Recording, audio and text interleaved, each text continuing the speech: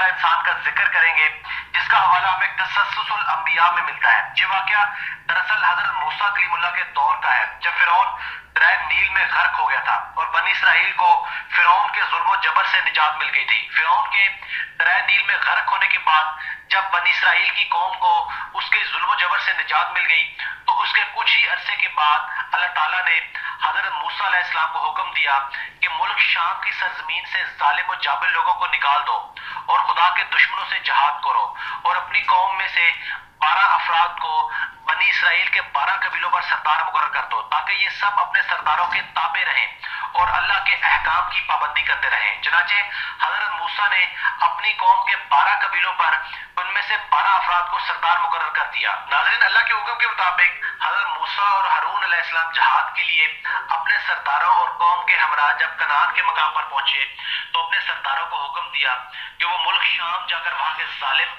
اور جابر لوگ کے حالات معلوم کرے۔ جب یہ لوگ وہاں پہنچے تو وہاں کے حالات معلوم کیے گئے تو انہوں نے وہاں ایک بہت بڑے قد و قامت والا انسان دیکھا جس کا نام اوج بن انت تھا۔ یہ شخص حضرت آدم علیہ السلام کے زمانے سے حضرت موسیٰ علیہ السلام کے زمانے تک زندہ رہا۔ اس کا قد 30,330 قد لمبا اور عمر 3500 سال تھی۔ اس کی ماں کا نام صفورہ اور باپ کا نام انک تھا۔ طوفان نوح سے یہی شخص بچا تھا۔ اپنے دراز قد کی وجہ سے یہ شخص سمندر کے پانی میں بھی نہیں ڈوب سکتا تھا اور سمندر کی تہہ سے مچھلی پکڑ کر اپنی لمبائی کے سبب اسے سورج کی تپش سے بھون کر کھاتا تھا۔ اوج بن انک نے جب ان سرداروں کو دیکھا تو ان سے دریافت کیا کہ تم کہاں سے آئے ہو اور کہاں جاؤ گے۔ ان سرداروں نے جب اسے اپنا حال بیان کیا تو اس نے ان سب کو پکڑ لیا اور اپنی بیوی کو دکھانے کے لیے لے گیا اور اپنی بیوی سے کہنے لگا، دیکھو یہ سب میرے ساتھ لڑنے کے لیے آئے ہیں۔ یہ کہہ کر انہیں زمین پر ڈال دیا اور چاہ کے چیونٹی کی طرح پیر سے مل دے تو اس کی بیوی نے کہا، ان کو چھوڑ دو، یہ کمزور اور ناتواں ہیں، خود ہی چلے جائیں گے،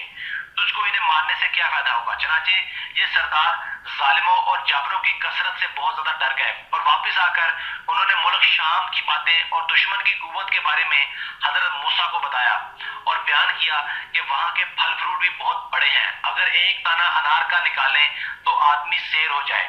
اسی طرح انگور بھی بہت بڑا دیکھا، اگر ایک دانہ کھا لیں تو جی بھر جائے اور دوسرا نہ کھایا جائے۔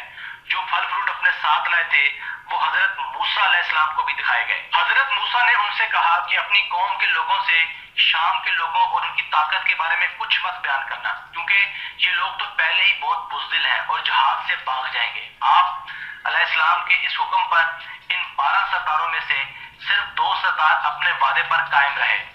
ان میں سے 10 سرداروں نے عہد شکنی کی اور قوم کے افراد کو وہاں کا سارا احوال جو وہاں دیکھا تھا بیان کر دیا اور اوج بن انک کے ہاتھ پکڑے جانے کا واقعہ بھی بتا دیا۔ جب قوم نے ان سے دشمن کی قوت کے بارے میں سنا تو ہراساں ہو کر جہاد پر جانے سے کترانے لگے اور مصر واپس جانے کی تیاری میں لگ گئے۔ حضرت موسیٰ علیہ السلام نے فرمایا، اے لوگوں تم مت گھبراؤ اور جہاد سے بھاگنے کی کوشش نہ کرو، میرے ساتھ اللہ تعالیٰ نے وعدہ فرمایا ہے کہ میں تمہیں ان کافروں پر فتح دلا دوں گا۔ قوم نے حضرت موسیٰ علیہ السلام سے کہا کہ وہاں پر تو ایک شخص ہے جو بہت بڑی قد و قامت والا ہے، وہ بہت بڑا اور زبردست ہے، ہم ہرگز وہاں نہیں جائیں گے جب تک وہ شخص وہاں پر موجود ہے۔ وہ دونوں سردار یوشع بن نون اور طالوت بن قتادہ جو قوم سے کہنے لگے، اے قوم ٹھہر جاؤ اور ان پر حملہ کرو، اللہ تعالیٰ تم کو فتح دے گا۔ اور موسیٰ نے وعدہ کیا ہے کہ اللہ ان کو ضرور ہلاک کرے گا جس طرح فرعون کو ہلاک کیا تھا۔ جب تم لوگ اللہ پر یقین رکھتے ہو تو اس پر بھروسہ کیوں نہیں کرتے؟ قوم نے کہا، ہم ساری عمر وہاں نہیں جائیں گے، اے موسیٰ تو اور تیرا رب دونوں جا کر ان سے لڑو، ہم تو یہیں بیٹھے رہیں گے۔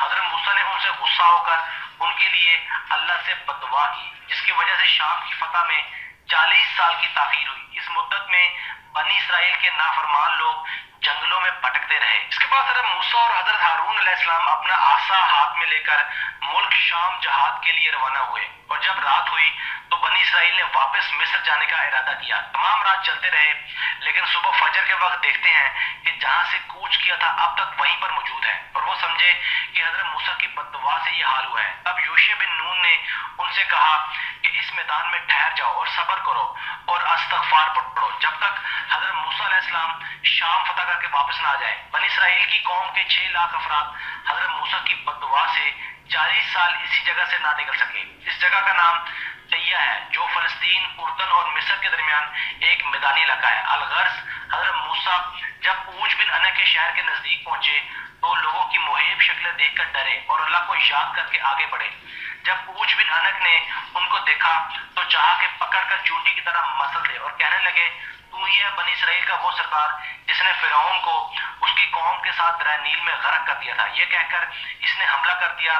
حضرت موسیٰ نے اس پر جوابی حملہ کیا۔ آپ کا قد بھی 10 گز اونچا تھا۔ آپ نے 10 گز اچھل کر اپنا آسا اتنے زور سے اس کے ٹخنے پر مارا کہ وہ وہیں گر کر مر گیا۔ کہتے ہیں کہ اس کی لاش 40 سال تک وہیں زمین پر پڑی رہی۔ اس عرصہ میں اس کے جسم کا گوشت گل کر نہ صرف ڈھانچہ رہ گیا۔ جب حضرت موسیٰ اور حضرت ہارون جہاز سے سرخ ہو کر واپس لوٹے تو اس کے ڈھانچے کو اٹھا کر دریا نیل پر رکھ دیا اور ایک عرصے تک وہ ڈھانچہ